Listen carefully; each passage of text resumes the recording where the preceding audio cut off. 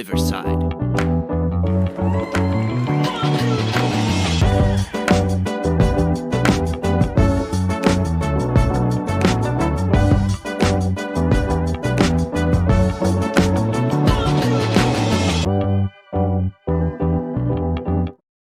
And then he started sniffing her feet right there live on the air. Did you see that shit? Did you see it though?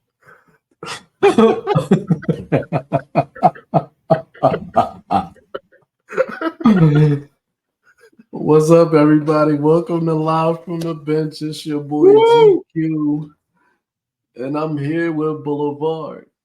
That's me. Oh, especially today, I'm actually. I'm sorry. Yeah. Fat McAfee for the day. Yeah. See my shirt? I would stand up, but then I got to do all the whole process with the laptop and all that. I ain't doing that.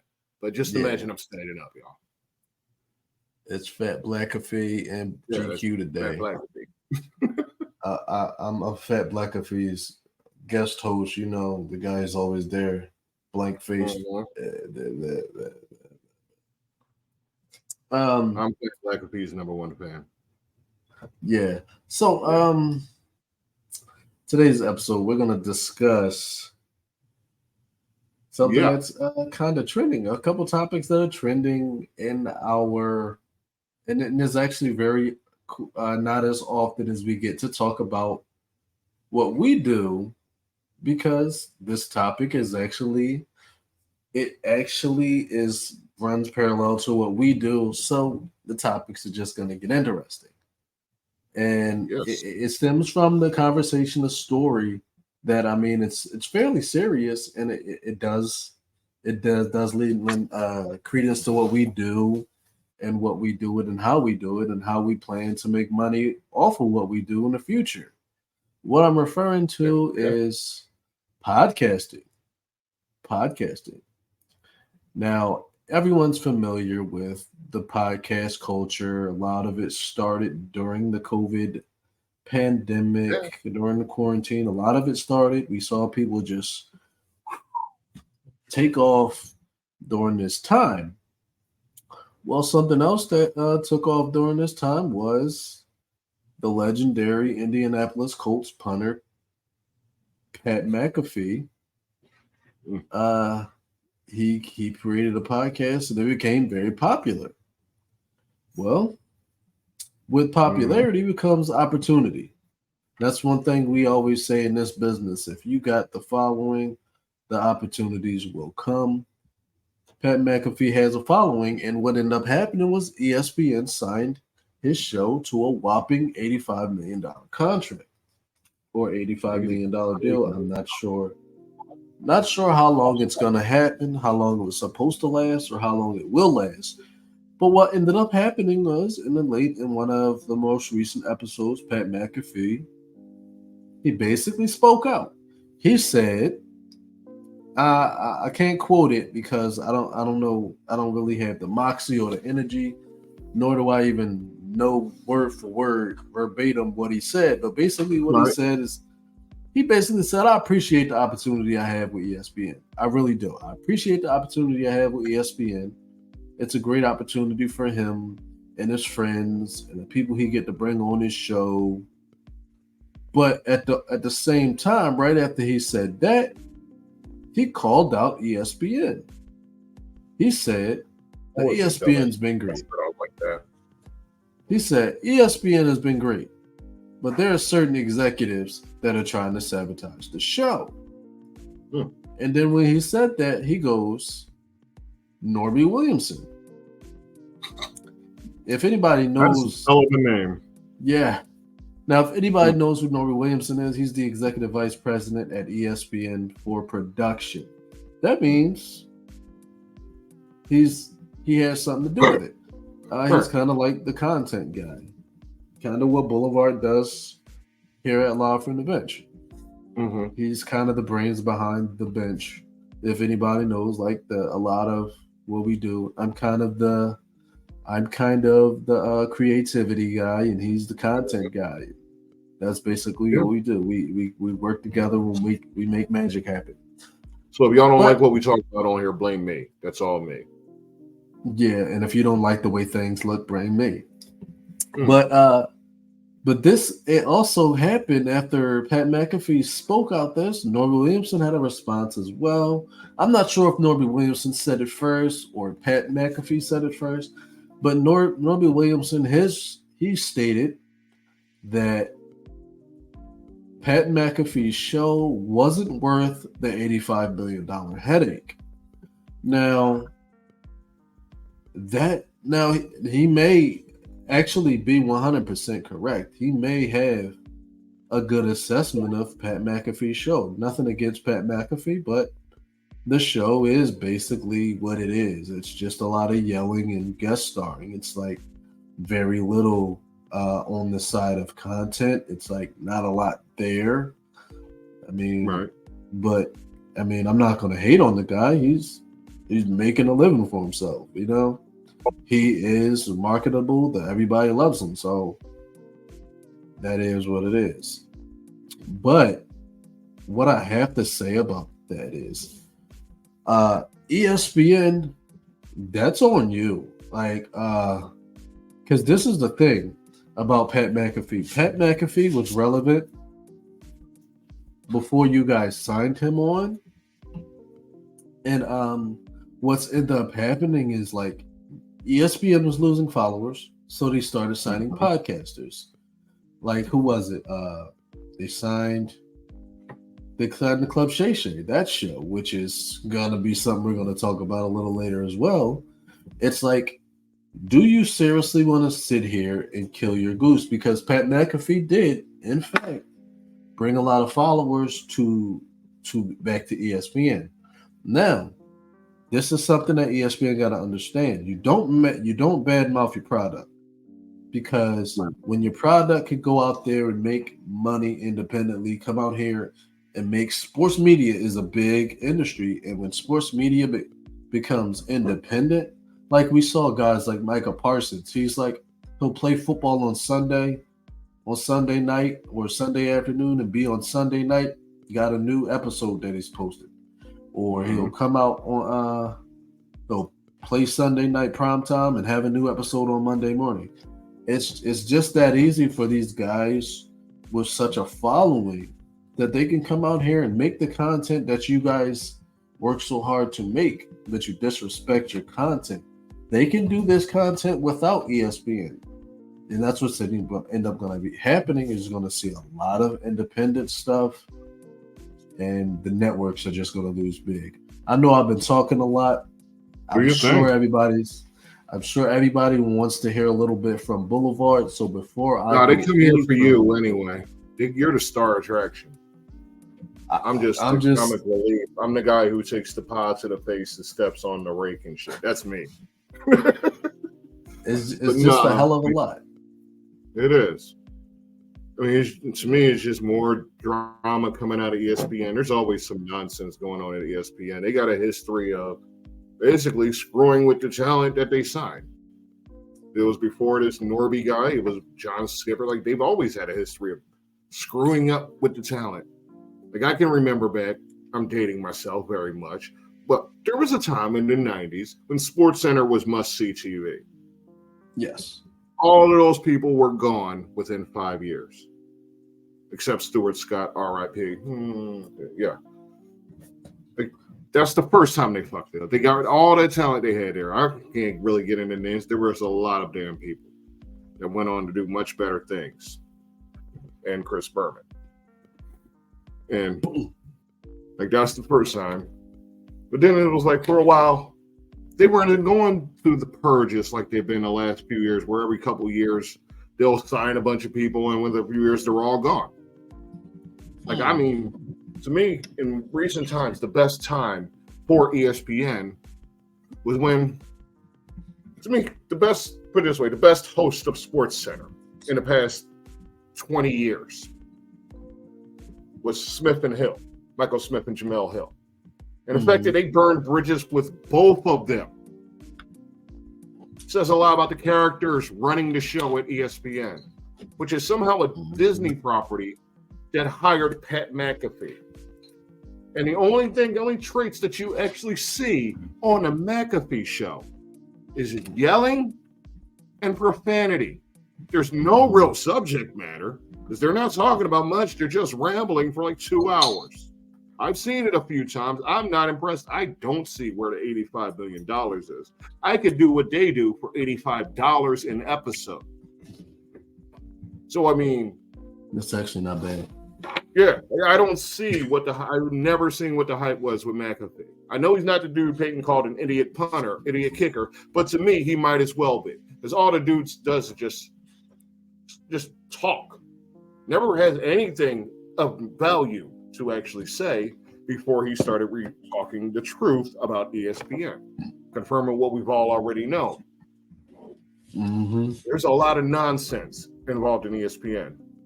And Disney's been cost cutting outside of the Marvel shit for a while. So this is just more of the same. Yes. I think these are adults. And we're talking about 5 years, $85 million that we're only like a year into. The reason that ESPN signed McAfee is because they thought they could produce revenue from his show. I don't know how they're going to get revenue off of ESPN Plus, but that's what they're playing. I don't know how many people are watching it. It seems like a bunch of betas watch it. That's the perception I get from the conversations I see on the internet. It's a bunch of betas. It's like, this isn't even your market. These people probably don't even seem to like sports. They just like to complain. These are the people who hate watch Captain Marvel and complain about it. Those are the same people that are watching Pat McAfee. That's the energy I get from that show. Boo the Eternals. That's let's complain about Velma. That's the energy I get from the Pat McAfee show. Mm-hmm. Constantly. Just a lot of complaining. Yeah, just a lot of whiny beta males that can't just, like, it's supposed to be a sports podcast, but to me, the only sports is when you have a guest. And to me, the highest thing, the best thing that they ever did on that show was the whole thing where he interviewed Vince McMahon, because it's hard as shit to get an interview with Vince. Mm-hmm. Otherwise, there was nothing of note to me with the Pat McAfee show. There was nothing to note with me just on the fact it's not very good and he's a fucking punter. So why should I care about the opinion of a punter? I don't know, some fucking incel like Pat McAfee. I ain't got nothing personally against the dude. I just don't care to see him. So I'm fine if they go their separate ways. He can go back off to, probably like satellite radio or something, where he could make a lot more than $85 million and he ain't got to share it with Disney. Mm-hmm. Plus he'd have his market all to himself. He can be Joe Rogan, a sports talk, or whatever the fuck he wants to be. And he'll be fine. ESPN will continue to crumble because their only thing they value is money. Mm-hmm. That's going to continue to destroy that company. The only show of note that they have as of today is College Game Day. And the only reason people are still watching that is because McAfee was popping up on it. Like, ESPN has been on the downswing for 15 years. Him going wasn't going to change it. Especially when you couldn't even run his shit on regular ESPN because he was constantly profane. Not constantly, but profane. Yeah. If you ain't Bobby Knight, you can't be saying fuck on ESPN. We said it on here. Oh, well. I say it at least once an episode. I try to go through all 7 dirty words you can't say on cable. Ooh. I need that. George Carlin, rip. Yeah. There's a hell of a pause there. It's one of those things because it makes me wonder if this is where ESPN is headed. It's like, because basically us podcasters, we're not sitting at an ESPN studio. Like podcasters, we're not sitting at an ESPN studio. 9 times out of 10, if we got a deal with ESPN, 9 times out of 10, we're still going to be recording right where we are. Yeah, so that means there's nobody upstairs.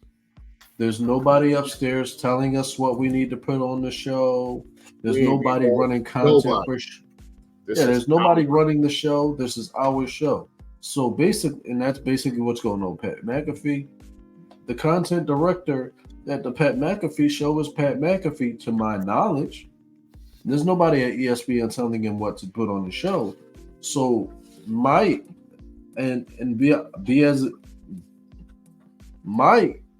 where I stand that this whole situation is annoying to me is because you're the executive vice president of production. Your job is to make sure that content is put out. Like you're in charge of this. Like you make sure it gets put out there. Yep. So if you have such a problem with Pat McAfee, get him off your network. And if you aren't the guy to make that decision, shut the hell up. Because that's just the honest to God truth. Me, like we've spoken about it before, how I'm a business owner and how I run my businesses. Everybody knows that if you don't like something, you have to go through Wendell about it. I mean, you go through me. You come talk to me. If you don't like something, and I still say it's gonna go this way because this is the way it works. If you don't like it, you can. And it's honestly, it's basically because I'm not that kind of guy. I'm gonna hear you out. But the thing is this: if you're not in a position, like if you can't say anything, all you're doing is complaining, and all you're complaining is annoying. And that's what I see in Norby Williamson. It's like, are you going to do something about it? Or you're just going to sit here? That you shouldn't have spent so much money. Like, come on, you had to know that. Yeah. You had to know that was a ridiculous amount of money. And I don't even want to do the math. What's that? 17 million, something like that? Right. Jeez, you're out of that's ridiculous right there. It's just to talk for 2 hours a day. And my thing with Norby Williamson, he hasn't been at ESPN for like 2 weeks. So 9 times out of 10, now that you paid him the money, now it's too late to be like, oh, we shouldn't have did that. Well, you shouldn't have did that probably. But now you did, and you got to deal with it. So you, what's his name, Norbert, and you, Patrick, Justin, and Norbert, y'all need to go sit in a fucking room, like 40 plus men.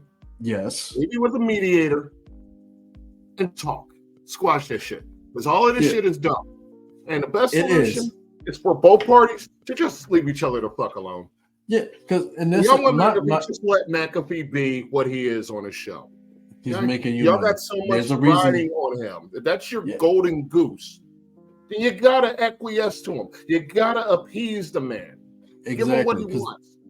There's a reason that he's on so many different app shows. There's a reason why he's on so many ESPN shows. My issue with Norby is that you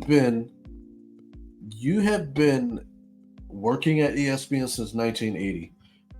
He became executive vice president of studio production since 2017. So 9 times out of 10, you were in the room. Yeah, he definitely had a part. You were in the room when Pat McAfee was signed. Pat McAfee did not change a single thing about what he does when he went on his podcast. So you have to sit there and think to yourself, if you're saying right now that you don't think he's worth the $85 million headache, then why'd you sign him to $85 million deal? There is no way that somebody at Disney was like, we're going to sign him either way. No. You had some say. You had some say. You had some type of influence to be like, I don't think we should do it. Once upon a time, I saw a man take his air conditioner, if it broke, and put it out back behind his house for the trash. And within 2 hours, a crackhead brought that air conditioner to his house and tried to sell it to him. I don't know what that has to do with the story, but in my head, it would fit. I mean, it just might. It just might. But it's just like, you were in the room. There's no way that an executive vice buyer's president. remorse. That's what the point was. Yeah, buyer's remorse. Yeah. It's like, you're an executive vice president. You have had some bit of a say. You're an executive vice president. Mm-hmm. And people don't understand how vice presidents work, and especially in an organization like ESPN, that means there's like 3 or 4 levels of vice presidents. There's probably a VP, an associate VP, a senior vice president, an executive vice president, then maybe you get to the president. That's how a company like ESPN works. And that is the reason why they can never keep anybody, because they're always firing people, because they're cutting their God darn it.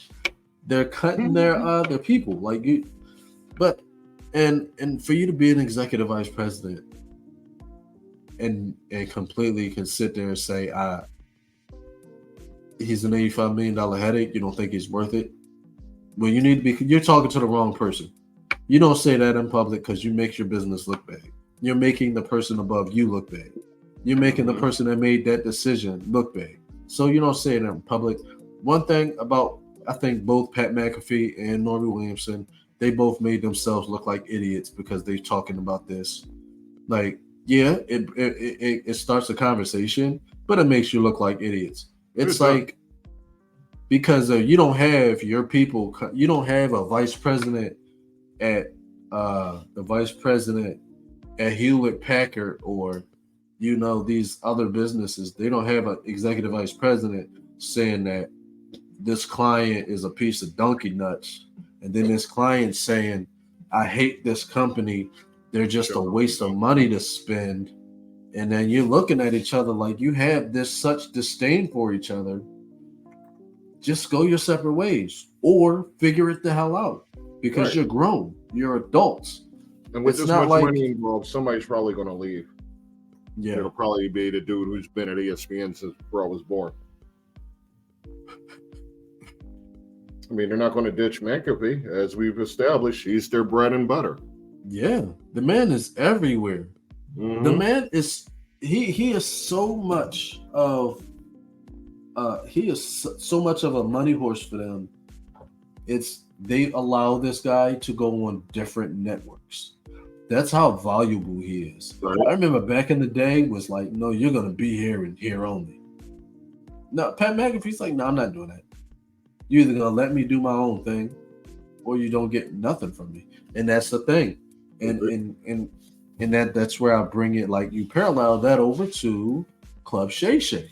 Shannon Sharp was relevant. His show, he was on what was that? The show with Skip Bayless, where he was being disrespected consistently by his co-host, Skip Bayless, and he had enough. He was like, buy me out. Bought out this contract. I want no part of it. And he was in such a midst of a bid war. It was insane. Who won it? Stephen A wanted him. Colin Coward wanted him. ESPN. I'm glad he got off of Fox Sports. Amazon. So many different networks. Other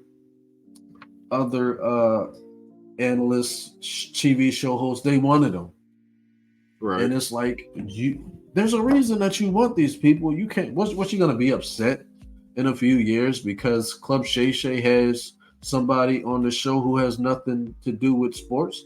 No, it happens. Just let the show happen. Because guess what? I'll be 100% honest. If we sit here for the next 10 years and do this show, I promise you that there will come times, there will come days, there will come episodes where we don't talk anything about sports. Like in this episode right now, we are not talking that much about sports. Sports is not being discussed that much because we're waiting for Monday. Monday is going to be very exciting because I've been thinking about this all year. As sad as it is to say I've been thinking about this all year, Monday is coming. He keeps talking about it. Monday is coming and I'm looking forward. It's our first annual Black Monday air horn sound. Air horn. I got my list, and we're gonna see what happens. That's gonna be a really solid episode. So look out for that. Look out for that when it comes out. Right. Yeah. All right. So let me show you what I was talking about the other day. Well, earlier in Okay. this actual episode. All right, check this dumb shit out. America's just collapsing. Consortium about Oh, ESPN God NFL damn. analyst Dan Orlovsky raises eyebrows as he sniffs Molly Karen show. ESPN NFL That analyst was a Dan terrible Orlovsky choice for a video. Never mind. Maybe I should actually pay attention to it next time. Whatever. Well, Orlovsky sniffed Molly Karam's shoe live on the air. Like, what is wrong with the world? Now we just got Rex Ryans all over the place. Foot fetishes everywhere. Now, Dan Orlovsky just took another L. That's basically another safety. I'm pretty sure he ate food off the floor too on the air. Not only are you a horrible quarterback, but you're also like sniffing women's shoes. Mm-hmm. Why are you smelling like? What is wrong with people? Everybody likes feet, but like that's just too far. I'm not like, sniffing. You got one shoe. dude fighting with McAfee, and you got another dude sniffing feet on the air. Like, which one of these is actually the fucking issue? Because it ain't McAfee's show. I may not like it, but he ain't the problem. We got dudes sniffing feet and eating pancakes off the floor. Why what are y'all trying to compete with Good Morning Football? Set your goals high. Oh my god, that is bad. Yeah, stop being weird. Oh my gosh, it's so crazy how these networks have felt. Because I remember when I first started getting into it, when I first started getting into football, started getting into sports, Sports Center, ESPN, NFL Network, 24/7 on my TV, just there, not watching it, watching me, just had it there. When I had a TV, that's what I was watching. If I wasn't playing video games, I was watching that. It didn't have to be anything relevant. I was sitting there tuned in. Now I couldn't watch that to save my life. You couldn't. I don't even know who's on Sports Center anymore. Exactly, they done fired everybody. To be honest, I actually only have ESPN Plus through Hulu Plus. I don't even have ESPN anymore. I cut the cord. Listen, if there's not a game on, if there isn't a game on, I'm not watching it. Right. That's I have no reason to actually watch ESPN anymore. And from what I understand, most people don't watch ESPN anymore unless it's something that really interests them. Because their flagship ain't worth watching anymore. Nothing it's just basically just the news. They don't have personalities like they used to. Because they're not allowed to have personalities anymore at ESPN. And it's sad because it's so sad because on his dumbass helmets. Chris Berman. Catchphrases. Nobody else has a personality. It's like, it's so sad because I remember that one that one sound, it would always get you. Like, you can be in another room, you got your TV on, it's loud enough for you to hear a little bit, but you're not paying attention, and then you hear that sound. Da-da-da, da-da-da. Yeah. This is Sports Center. And then you leave, you immediately leave the other room. You immediately leave the other room because you want to watch it. You know something I used to be excited about? ESPN Top 10. Nope. Don't care about it no more. Oh, man. That was like the highlight of the show. And the not Top 10s on Fridays. Yes. All that is long gone. Long gone. Damn shame. ESPN, you know where you can catch it? What up? You can catch Top 10 only on Snapchat. Deleted Snapchat. It wasn't worth it. Really? Wow. Yeah. I barely even know what Snapchat is. I just know it existed. I never had it. I ain't even have It's TikTok. Just like, I remember back in the day when you'd have a lot of former athletes who actually knew what the hell they were talking about on the shows. Now it's just like, it's not the same for me anymore. It's like certain shows you get your ESPN analysts, but it's just like, and I'm gonna say this. I know a lot of people are probably gonna hate me, gonna dislike me for saying it. I have no problem with women coming on talking about the game. I have no problem. I really don't. One thing I don't is it's just I have a problem with people coming on the show and who don't watch the games. There's one thing, because I'll sit there and I'll say, Joy Taylor probably watches the game. Maybe. I don't know. I'm not in her living room. But she maybe watched the game. I'm 100% sure Malika Andrews never watches a game. No, why would she? Never Like, watches. look at the players. You see how against them she is. Yeah, Yeah. I'm 100% She sure. watching, she only hate watching. Yeah, That's it. and then Taylor Rooks. As much as I may like Taylor Rooks, and I don't think anything is wrong with her. I don't see anything wrong with Taylor Rooks. I feel like Taylor Rooks doesn't watch either. And apparently she played the game. She played basketball. Did play, yeah. And I don't even think she watches. No, she probably watches. She do. In their defense, though, when you work for a network like ESPN or when you work for these big networks, I can understand how you don't watch because you're so busy doing endorsements and you're doing prep for your next episode. You can't watch. I mean, because look at us. Look at what we do. I don't get to watch because I have children and then I have my other responsibilities. I don't get to watch. I'm not even looped in. You have a whole business. Yeah, I'm not even looped in. I promise you, 9 times out of 10. This is why Boulevard is the head of content. Because if he doesn't tell me something is going on, if he doesn't tell me there's a game on, he doesn't tell me there's a fight, he doesn't tell me that there's something going on, I'm not aware of it. TV is my life. I don't have any idea. So, and this is it falls down to this. The networks have failed to bring me a product that I'm interested in watching. Facts. It's not something that I'm just not interested. It's like I will turn on the channel because I have it. Like I'll go to my mother-in-law's place, I'm bored. I'll turn on NFL Network or ESPN just to see, and I'm not interested. I'm just not interested. They can't keep me there. I'm just not interested. I'm just like, what do y'all got for me? And sometimes it gets to a point where I'll go to the menu to see what's on, and I'll go to ESPN on the menu, see what they're playing. It'll say Sports Center, and I'm like, no, thank you. What does NFL Network got? What is that? Basically, Life of Football or Football Life. Yeah, not interested. NFL Networks kind of fell off a cliff lately. Yeah, it's like they ran out of stuff to do. It seems like they did everything you could do with football. You know what made me realize that NFL Network was just like done? What made me realize that NFL Network was done when I saw that Rich Eisen has a show on Roku TV. Mm-hmm. Like, why isn't that show on NFL Network? Exactly. It's like his show is on Roku TV. That means that he feels that he has a better chance of being a success for his demographic on Roku TV.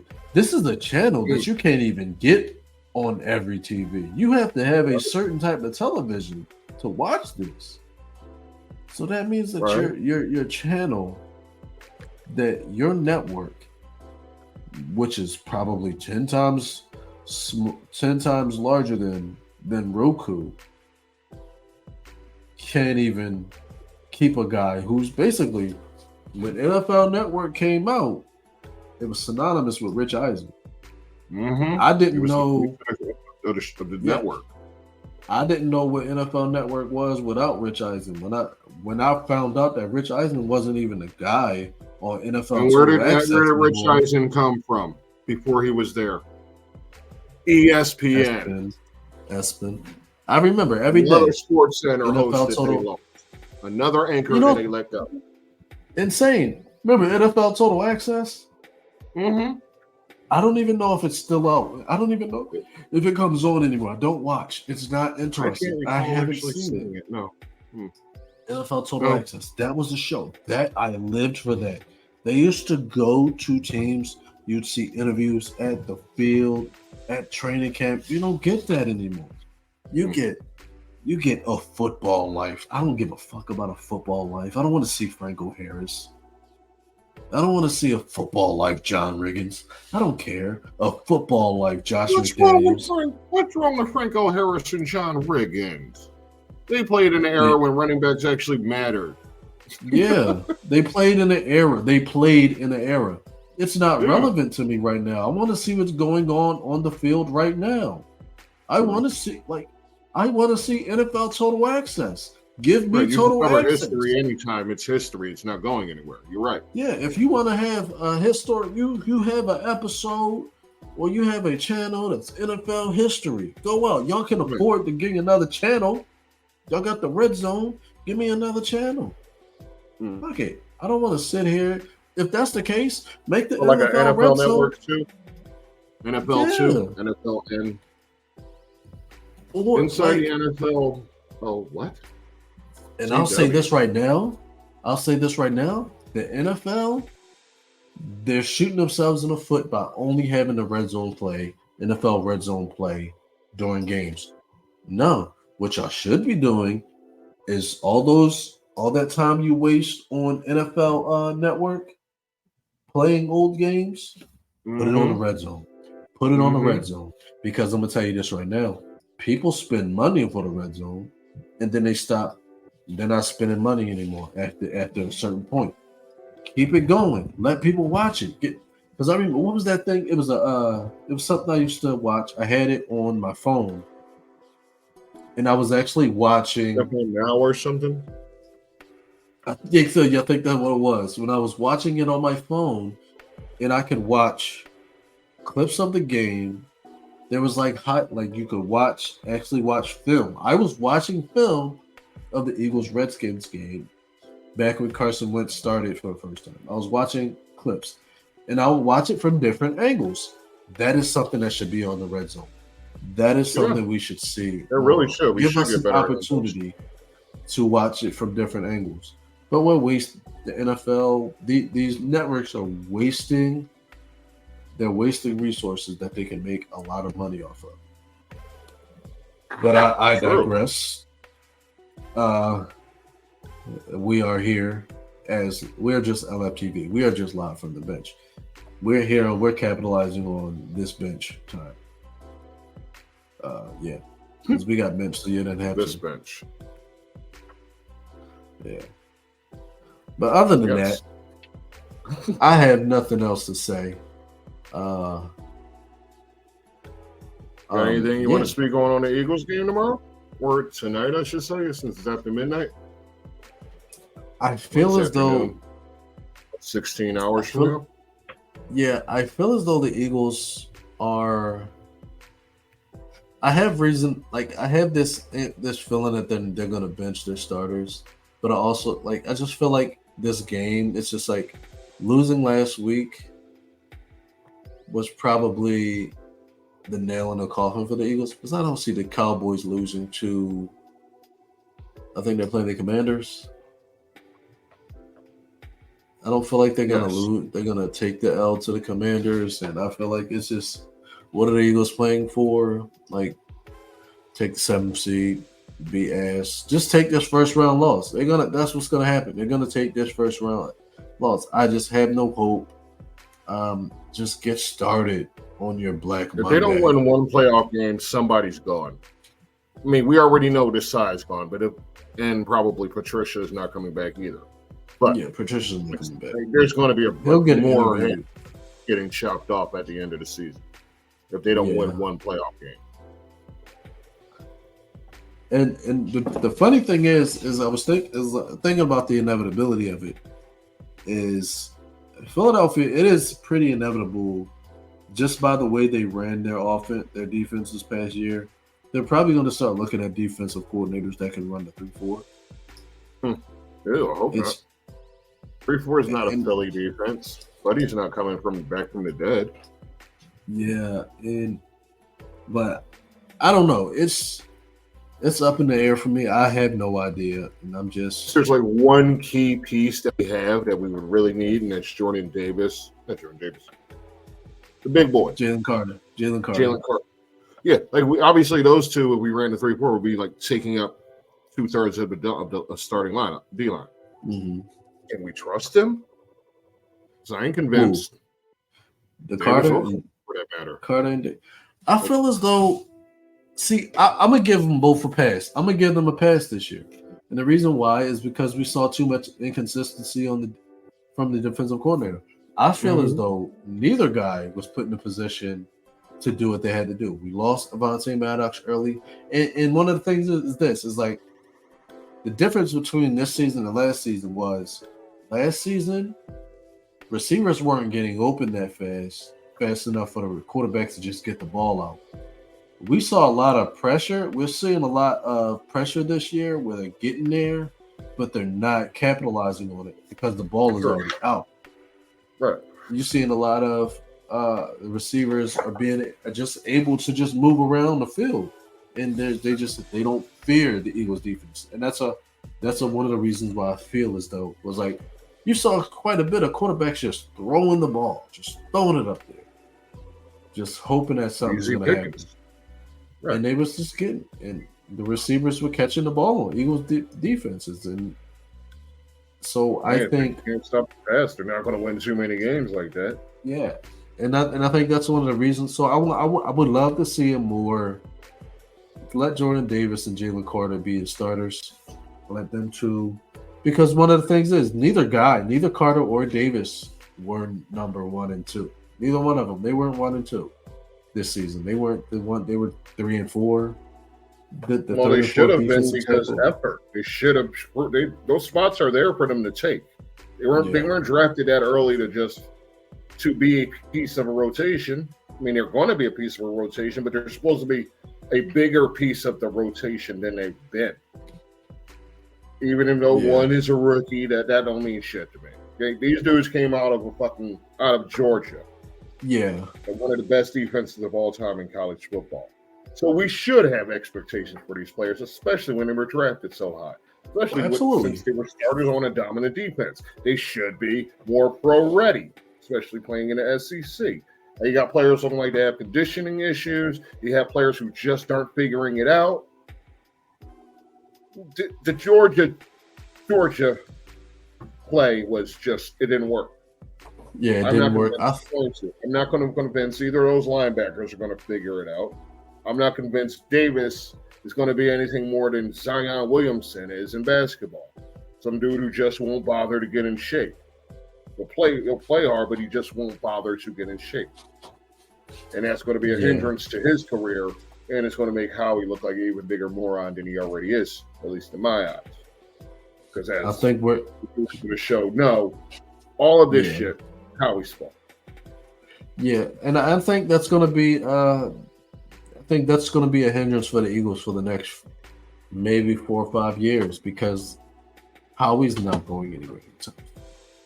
And that's the unrealistic. I mean, the undoubted truth. Like they're not going to part ways with Howie.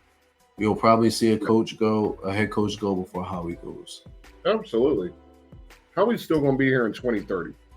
Yeah. If he ain't dead, he'll still be. I wouldn't be surprised. Yeah, I wouldn't be surprised to see Howie move up to president before. Like Howie will be the president before he leaves the organization. Right. He'll probably go the route of Joe Banner. True. Yeah, that makes sense. But if they, that means he can keep his hands out of the draft, I'm with it. Because that man don't draft too good. He don't draft so well. So, let him work his money magic and all that with the contract and the salary caps. But we need somebody better skilled when it comes to scouting and drafting and talent acquisitions. Sure, he can work a trade every year. He can work one decent trade, but he also works a lot of trades that fail too. Yeah. So we can't act like this dude actually has a good percentage because he hits maybe once a year. He didn't hit this year. Nope. There was no Ndamukong to save the D-line this year. There was nothing like that. They let CJ go, and they kept Bradbury, the fucking grunt, the joke of the saw that mistake. You saw that mistake. Yeah. Like, all this falls on Howie. So he's just, but they're not going to get rid of Howie. So somebody's going to have to take the brunt for him. Somebody's going to have to get sacrificed because it ain't going to be Howie. Yeah. And we know. I mean, Sirianni will be gone before Howie's gone. Oh, absolutely. If he don't improve on this team next year, he's probably gone next year. Yeah. Because Eagles don't play that shit. We don't play that shit as Eagles fans either. We don't accept mediocrity. We don't accept late season collapses. Yep. We want success because we breed success. That's what we do. Yep. Right? This is behind me. This is Sirianni's third year. What did Peterson had? What was it? Chip Kelly had 3 years. He had 3 years. Got fired on his fourth, or was he fired on his third? I feel like he was fired on his third, but I really don't remember. That's the darkest timeline. Yeah. And then Peterson was fired. Peterson was fired on his fourth year, fourth or third, and that's where it looks like we're because Sirianni made the Super Bowl in the second year. Was it the second? Mm-hmm. Made the Super Bowl in the second year. So Doug Peterson made the Super Bowl in the second year, and then he lost out. Started being an ass. If Sirianni doesn't produce something this year, he has to get the team back to the Super Bowl to maintain. And if they truly lost the locker room, if he has, then we'll know almost immediately. Like we'll know, like maybe within a week of the Super Bowl, that Sirianni's on his way out. If it's true that he lost the locker room. I mean, if he lost the locker room, there's no reason to keep him another year. Right. But, they'll just keep it around, try to figure it out, discuss it with players. People upstairs will discuss it with players, what they want to do, ask the veterans, all that good shit. Yeah. But, if he truly lost the locker room, like you said, there's no reason to keep him. Yeah. And what I think the problem is where Sirianni would have lost the locker room, he lost the locker room when he decided to blindly. I understand supporting your coaching staff. But there comes a point where some people, when they're just not doing well and you can't protect them. And I think overprotecting Brian Johnson is where he's messing up. Right. Not lose your job due to Johnson. Loyalty to people underneath you. When people make you lose your job because they fail to do their job. Agreed, because I'd say this. If Sirianni was fired today and they went to Brian Johnson and was like, hey, head coaching position's open. You want it? He'll take it. He won't say, oh, man, Nick Sirianni's offense. No, he's going to be like, yeah, it's Nick Sirianni. He will step right over Sirianni. He will step right over his dead body and any take coach the job. will. There's only 32 jobs. Don't lose your job. What's that phrase that somebody say? You will lose money chasing women, but you won't lose women chasing money. So don't lose your job. Don't lose your job supporting a bad coach. Or don't lose trying to support another coach. You will find a better offensive coordinator. Some shit with his staff once or twice. Yeah, Juan Castillo. It's easy. Yeah, that was that made me so mad that year. Mm-hmm. We're gonna run the white nine. Like, okay. I was upset because Juan Castillo was the O-line coach. Mm-hmm. That worked out for our benefit. So. Yeah, I don't know when, but we got Steltman now, and he's never leaving us. But another thing I noticed about that happened with Stoutland, and I don't remember when this happened, but he used to be the run game coordinator. I don't think he is anymore. I don't think Stoutland's the run game coordinator anymore. And I think that's part of. Doesn't even seem like they have one because they're not using the run enough. Who the hoik knows? That would be an issue if they can't keep Stoutland. They better make sure do everything they can. He ain't to keep go. stopping. No, he can't go nowhere. The only coach that we can actually depend on right now. Can't depend on Sirianni because his staff is undependable. So, Right. best we can do. I mean, there's still hope for this season. It just looks bleak. But there's still hope. There's always hope until we're eliminated. So if y'all listening out there, keep believing in the team. Let's just call it a rough patch, a dry spell, the doldrums. Yeah. Darkness always passes. The sun always shines again. You're never fully dressed without a smile. Keep hope alive. We shall overcome. Fight the power. Be militant for your birds. Fight for your team. Yeah. They're still what he fighting said. for us. They're still fighting for Philly. Hold them down. Get out there. Cheer for your boys. Let them know we're still there. Still in their corner. Yeah. Rocking this Eagles green, baby. Word. I'm inspired by all the Muppets behind me. Yeah. Well, Already with all Canadian. that being said, I have one thing left to say. We cannot all be starters. So, Boulevard, can you do me a favor and let them all know what they can do? Woohoo! Maybe. Hey. The bench. Bleep that shit out.